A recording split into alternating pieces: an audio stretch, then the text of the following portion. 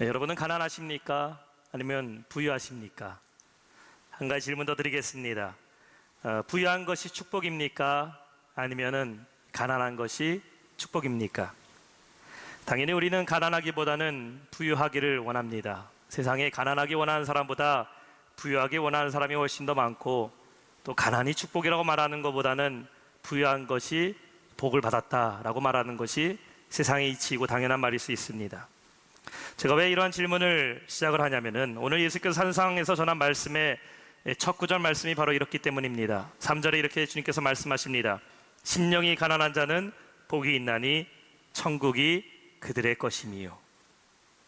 주님께서는 부유한 자, 성공한 자, 삶의 만족을 누리면서 편안하게 살아가는 자를 복이 있는 사람이라고 말씀하지 않습니다. 오히려 가난한 자가 복이 있다라고 말씀하고 계시고, 천국은 누구에게 주어지냐면은 바로 이 가난한 자들에게 천국이 주어진다라고 주님께서 말씀하고 계시기 때문입니다. 이 땅에 살아가는 모든 사람들은 행복하기를 원합니다. 그리고 그 행복을 얻기 위해서 열심히 일을 해서 돈을 벌기도 하고, 열심히 공부해서 어떤 사회의 지식을 얻고 또 명예를 얻으려고 하지만, 사실 돈과 지식과 명예를 얻는다고 해서 우리의 삶이 진짜 복을 받은 삶, 내가 살아가는 삶이 진짜 행복한 삶이라고 말할 수가 있을까요? 한겨레 신문에 이러한 기사가 있었습니다. 대한민국 1%의 부자는 행복할까라는 기사 제목을 제가 보게 되었습니다.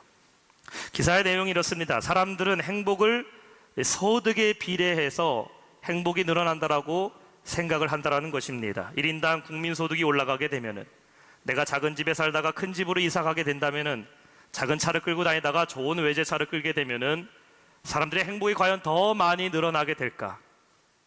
근데 실제로 조사를 하게 되니까요, 여러분, 대한민국 1%의 부자들이 얼마 정도 벌까요? 신문 기사는 이렇습니다. 대한민국 1%의 부자는요, 약 한 달에 3천만 원, 1년에 연봉이 3억에서 4억 정도 되는 사람이 우리나라의 1% 부자, 그 이상 되는 사람들이겠죠. 그 소득이 우리나라의 100명 중에 1%인, 가장 소득은 1% 상위권에 있는 사람들인데요, 놀랍게도 그들이 느끼는 행복의 지수는 3.32%밖에 되지 않는다고 말합니다. 우리나라 전체 인구의 20등 안에 들어간다는 것이죠.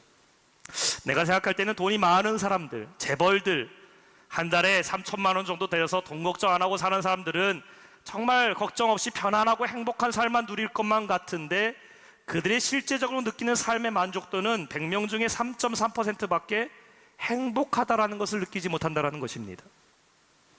소득계층별로 사회활동을 조사하게 되었는데요, 소득이 많은 높은 사람, 소득이 1%에 있는 사람들이 사회의 기부금과 혹은 자원봉사의 참여가 높을 줄 알았는데, 그들의 높은 숫자보다, 그들의 숫자들보다요, 누가 더 높냐면은 행복지수가 높은 사람들이 사회활동에 더 많이 참여하고 있다는 통계가 나오게 됩니다. 즉, 소득지수는 좀 낮거나 대부분이 중상층 정도에 살고 있는 사람들이요, 소득이 많은 사람들보다 훨씬 더 자신의 그 재산에서, 자신이 갖고 있는 어떤 재력에서 더 많은 퍼센트의 기부와 또 자원봉사에 참여하고 있다는 결과가 나오게 됩니다.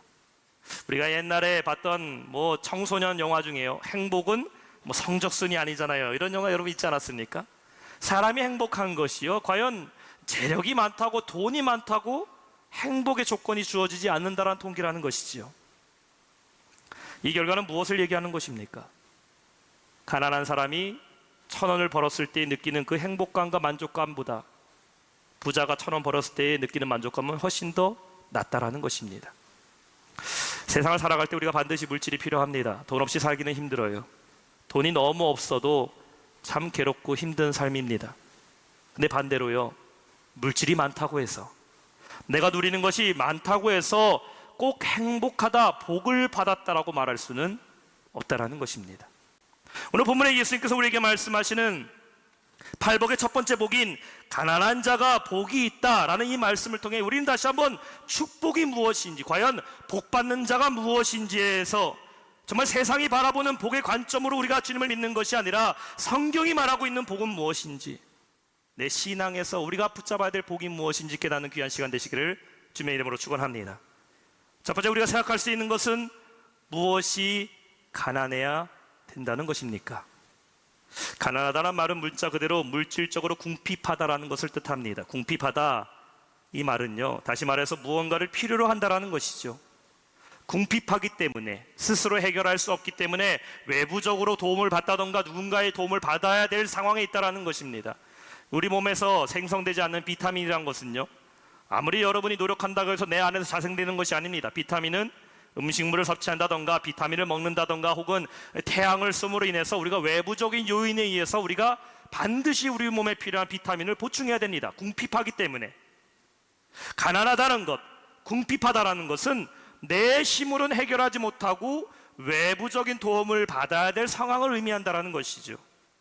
예수님께서 오늘 심령이 가난한 자는 복이 있다고 말합니다. 가난한데 무엇이 가난하다? 심령이 가난한 자가 복이 있다고 말씀하고 있어요.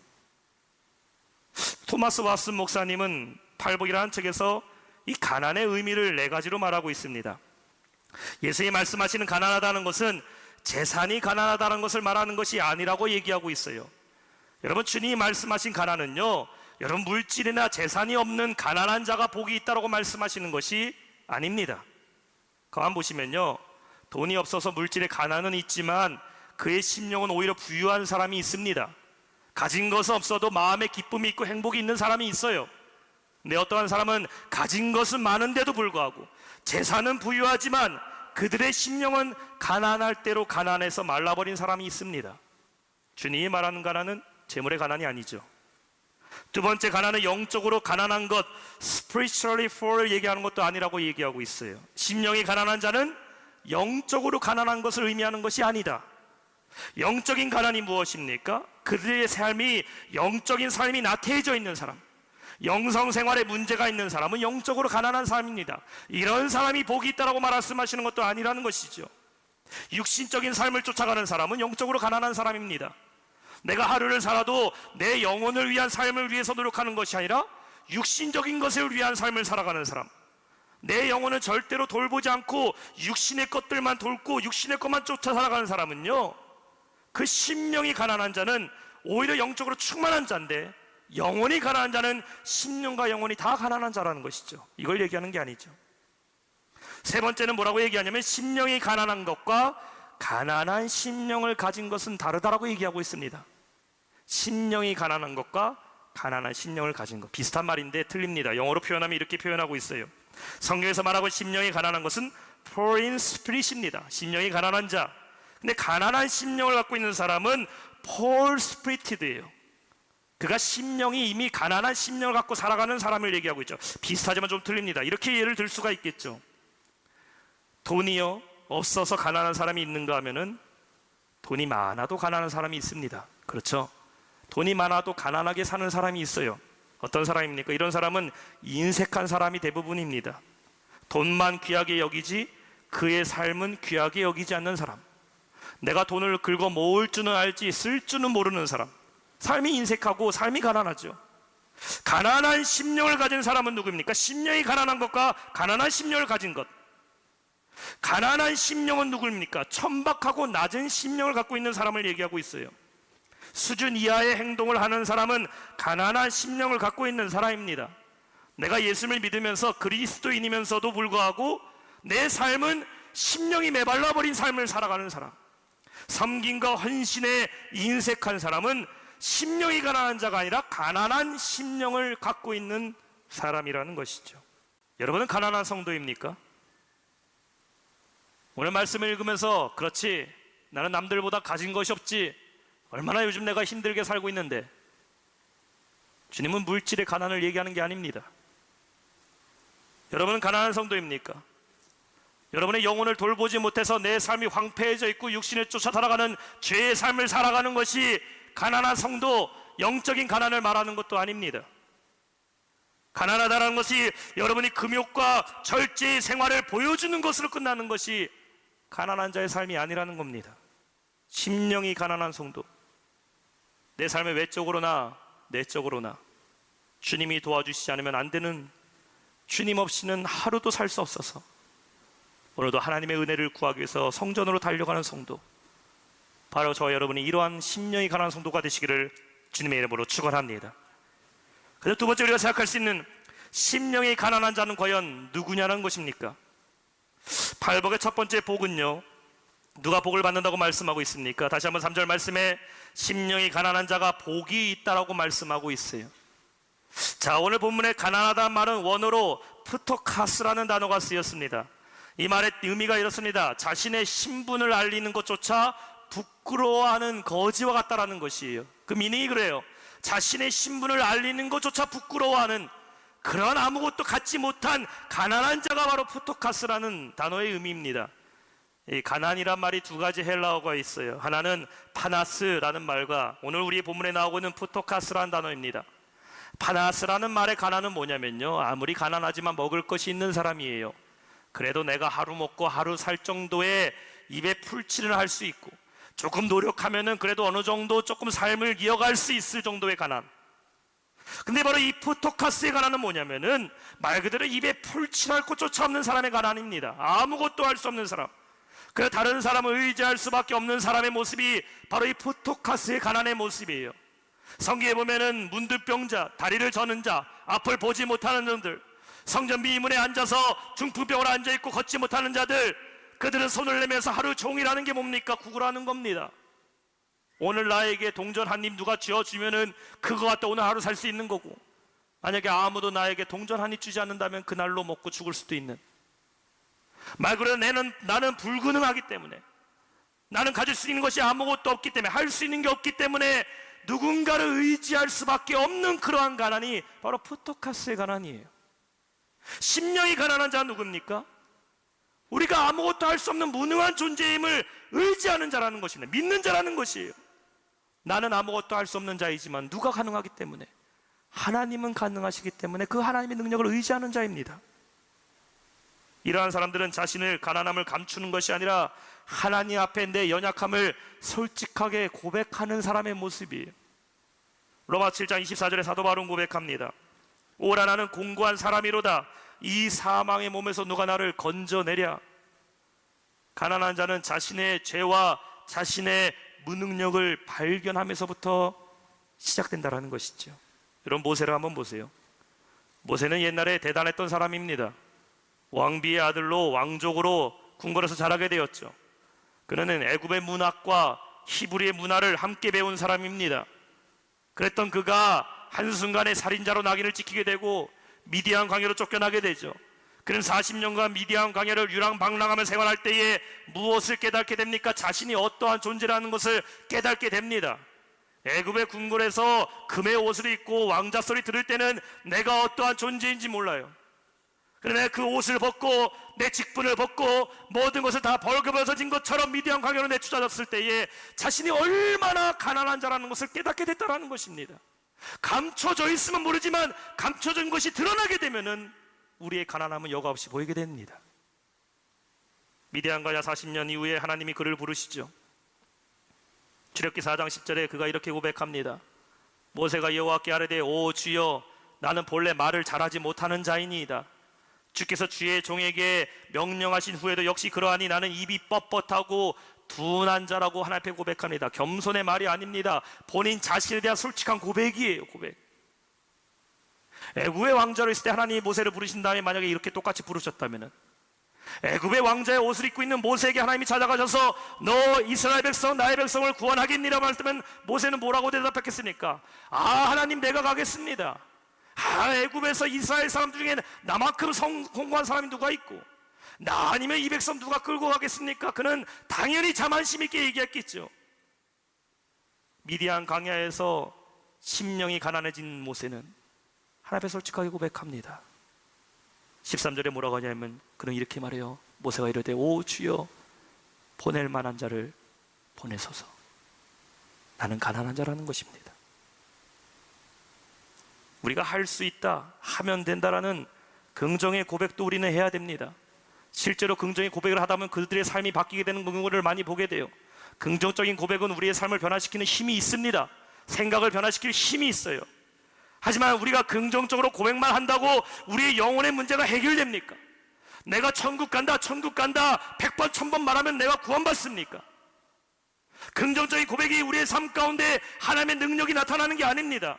뭐 긍정의 힘이라는 책도 있지만 긍정적으로 고백하면 기적이 나타난다고 말하지만 그건 아닙니다. 여러분, 긍정적인 생각과 긍정적인 고백에서 능력이 나타나는 것이 아니라 하나님을 믿는 그 믿음으로 말미암아 능력은 하나님의 손에 있음을 믿고 고백할 때에 기적과 응답이 이루어짐을 믿으시기 바랍니다. 심령이 가난해져야 하나님 그 가난한 심령의 은혜를 채워주십니다. 가난한 심령이 되신 여러분 되시길 주님의 이름으로 축원합니다. 마지막 세 번째, 그 가난한 자가 받는 복은 과연 무엇일까요? 우리 3절 말씀 다시 한번 읽어볼까요? 심령이 가난한 자는, 시작. 심령이 가난한 자에게 주시는 복이 뭐라고 말씀하고 있습니까? 천국이 그들의 것이라고 말씀하고 있습니다. 여러분, 이 말씀은 우리에게 아주 중요한 메시지를 전하고 있어요. 여러분, 저와 여러분이 예수를 믿는 목적이 무엇입니까? 여러분, 왜 신앙생활 하세요? 우리가 예수를 믿는 것은 천국 가기 위해서 믿는 것 아닙니까? 내가 다른 것, 주님이 주신 여러 가지 복이 있지만 그 복들 아무것도 못 받아도요, 우리가 반드시 받아야 되는 복이 있습니다.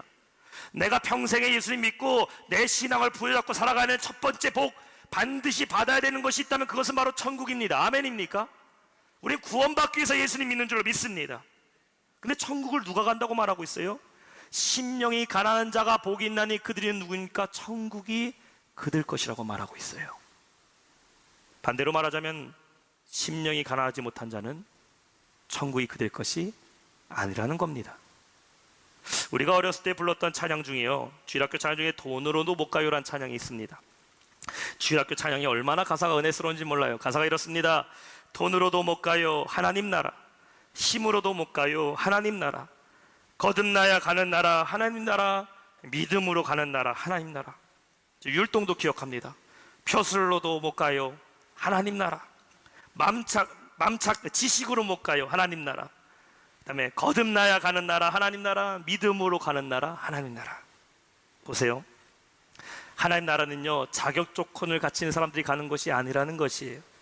하나님 나라는요 무언가를 소유한 사람, 하나님 나라는 어떠한 능력을 가진 사람이 가는 것이 아니라 오히려 가난하고 자기 자신의 노력으로는 갈 수가 없어서 하나님을 믿는 그 믿음으로 가는 것이 하나님 나라이고 천국이라는 겁니다. 여러분, 천국은 우리의 행위로 얻어지는 것이 결코 아닙니다. 천국은 오직 믿음으로 가는 것이고 하나님의 은혜 안에서 우리가 천국 백성이 됨을 믿으시기 바랍니다. 우리가 받아야 될 팔복의 첫 번째 복은 바로 이것입니다. 천국이에요. 그리고 이 복은 심령이 가난한 자에게 주시는 복이라는 사실입니다. 또한 이 3절의 말씀 우리에게 무엇을 전하고 있습니까? 여러분, 저와 여러분은 예수 그리스도로 인하여 구원받은 하나님의 백성임을 믿습니다. 믿으십니까? 저와 여러분 천국 백성이 되었음을 믿으십니까? 따라서 우리는 천국 백성으로 살아가야 되는데 3절의 모습은 무엇입니까? 천국 백성으로 살아가는 자의 삶의 모습이 이러하다라는 것이에요. 심령이 가난한 자는 복이 있나니 천국이 그들의 것이며. 저와 여러분 예수님 믿음으로 말미암아 하나님의 백성이 되었습니다. 천국 백성이 되었어요. 주님 말씀하시는 건 뭡니까? 천국이 그들의 것인 사람들, 천국을 소유한 자들은 심령이 가난한 자로 살아가야 된다는 것입니다. 많이 가졌고 많이 누리는 것을 즐거워하는 것이 아니라 날마다 하나님의 은혜를 구하며 살아가는 가난한 자들, 내 힘으로 힘있게 살아가는 사람이 없니라. 나는 힘없고 연약하지만 주님이 주신 그 힘을 자랑하며 살아가는 사람들, 세상 사람들 앞에서 강한 나의 힘을 자랑하는 것이 아니라 오히려 연약함을 자랑하면서 연약하나 내 안에 계신 예수로 말미암아 나는 강하게 되었다라는 것을 자랑하는 사람들이 천국을 소유한 사람들의 모습이라는 것입니다. 예수님 시대의 바리새인과 서기관들은 스스로를 천국의 소유한 자들이라고 생각했어요. 근데 그들의 모습은 어땠습니까? 성경은 말하고 있어요. 마태복음 23장 27절에 화 있을진저 외식하는 서기관들과 바리새인들이요, 회칠한 무덤 같으니 겉으로는 아름답게 보이나 그 안에는 죽은 사람의 뼈와 모든 더러운 것이 가득하다라고 주님 말씀합니다.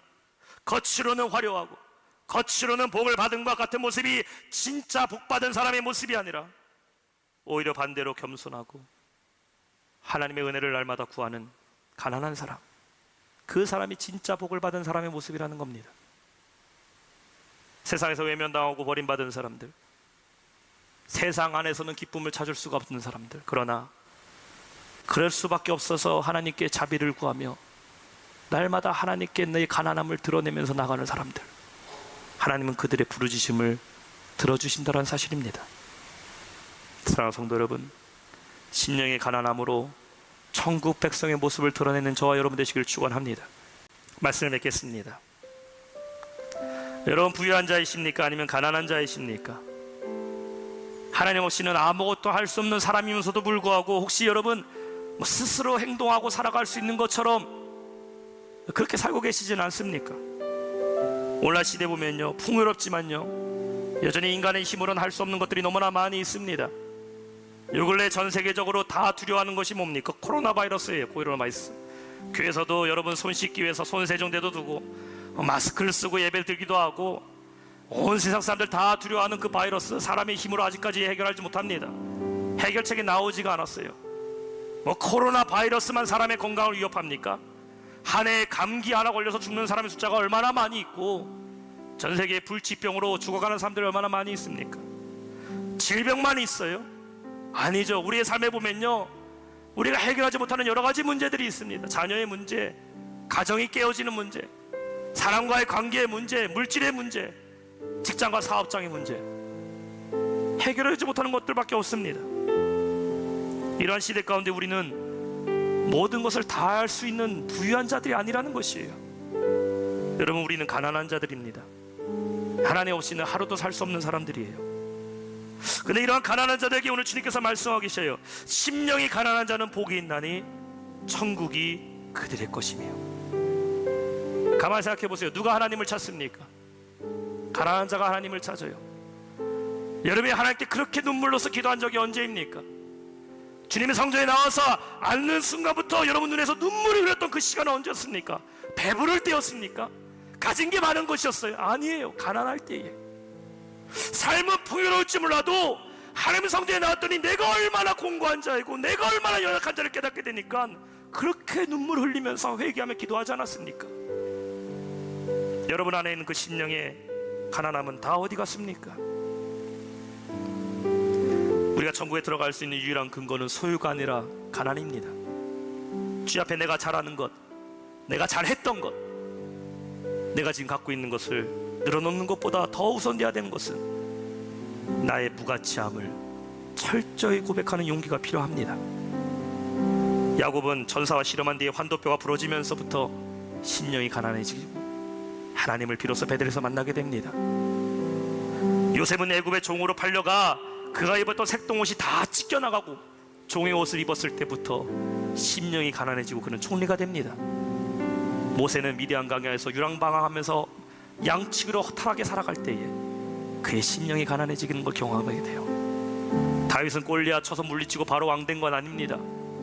골리앗을 이긴 민족의 장군, 이스라엘의 승자였지만 그는 광야를 헤맵니다. 자신을 죽이려는 사울의 칼을 피해서 눈물 젖은 시편을 기록하면서 그는 비로소 심령이 가난한 자가 되고 왕이 됩니다.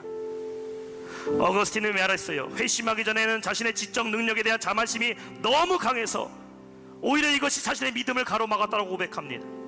그는 교만한 마음을 비운 후에야 비로소 하나님을 만나게 됐다고 고백하고 있어요. 마르틴 루터는 경건을 통해서 구원을 이루고자 수도원 생활에 되어서 내가 경건한 삶, 내가 정욕과 모든 것을 다 없는 삶을 살아가겠다 하지만 그곳에서 하나님 만난 게 아닙니다. 가난해지려고 노력해서 하나님 만난 게 아니에요. 자신을 비우고 하나님이 주신 그 믿음을 통해 구원을 얻는다는 그 진리를 비로소 깨닫게 될 때에 그는 그 안에 기쁨을 회복하게 되고 종교개혁을 일으키게 됩니다. 사랑하는 성도 여러분, 심령이 가난한 자들 되시기를 축원합니다. 외적으로나 내적으로나 내 힘으로 사는 것이 아니라 하나님의 은혜로 살 수 없어서 몸부림치면서 살아가는 여러분 되시길 바랍니다. 나의 나 된 것은 오직 하나님의 은혜라고 고백하면서 하나님께 도움을 구하고 살아갈 때에 심령이 가난한 자 천국이 저희 것이라 말씀하신 그 주님의 음성이 여러분 삶 가운데 이루어질 줄로 믿습니다.